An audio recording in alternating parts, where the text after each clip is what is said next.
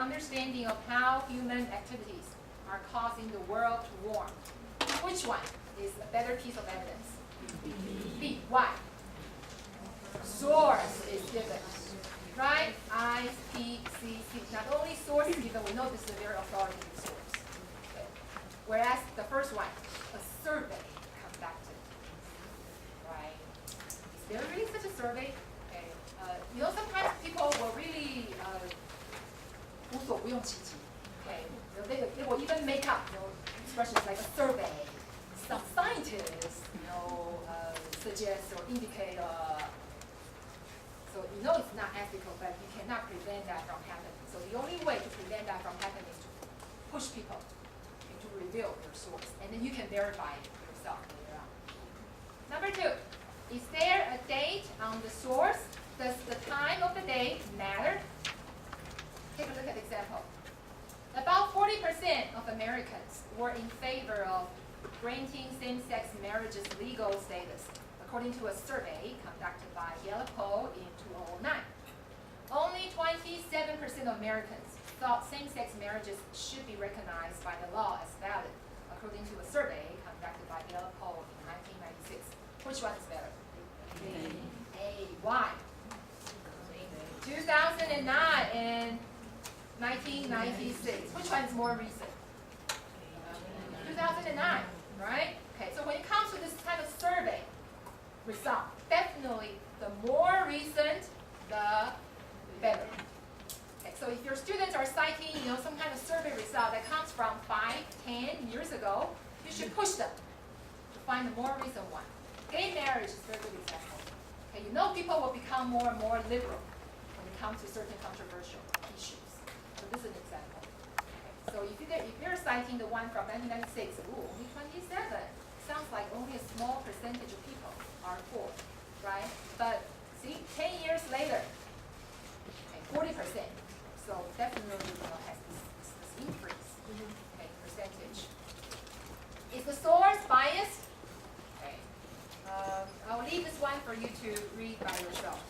Does the evidence support the whole or only part of the assertion? Okay, I want you to take a look at this one. The whole assertion or only a part of the assertion? Okay, examples. A.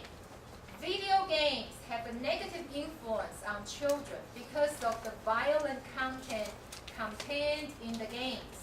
This is shown by, okay, we'll stop here first.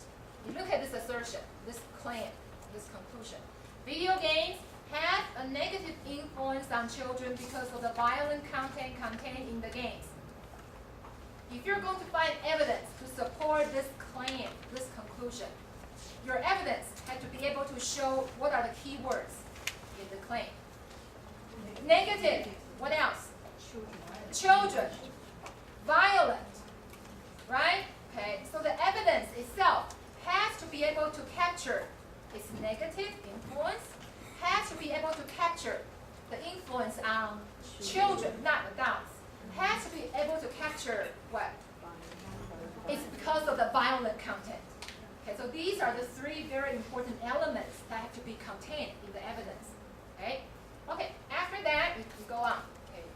This is shown by the fact that in a review of 70 top-selling video games in 2001, 89% of them contain some kind of violence. Is this a good piece of evidence for supporting that conclusion? Why or why not? Not. Why not?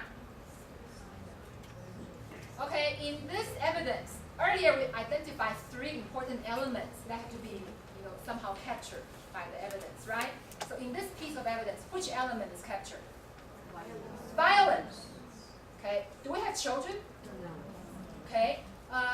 We know if it's violent, usually it's not as positive, right? So if we grant negative, that part of the meaning to the evidence, at least we don't have children.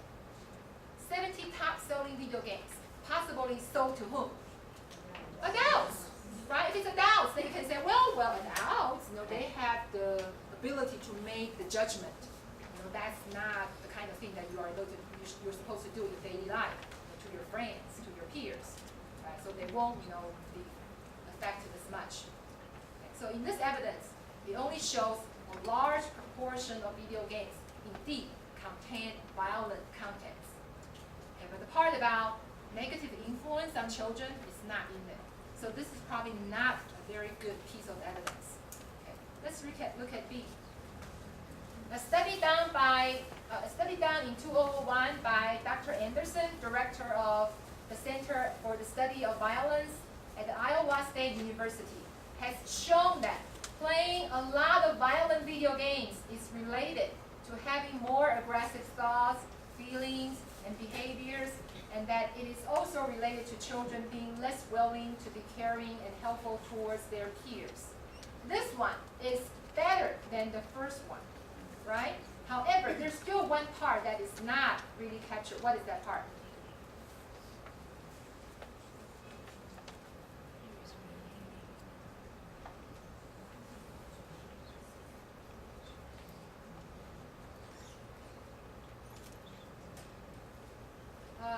Is there a statement given? Video games have a negative influence on children. Do you think this part is being supported? Negative influence, video games?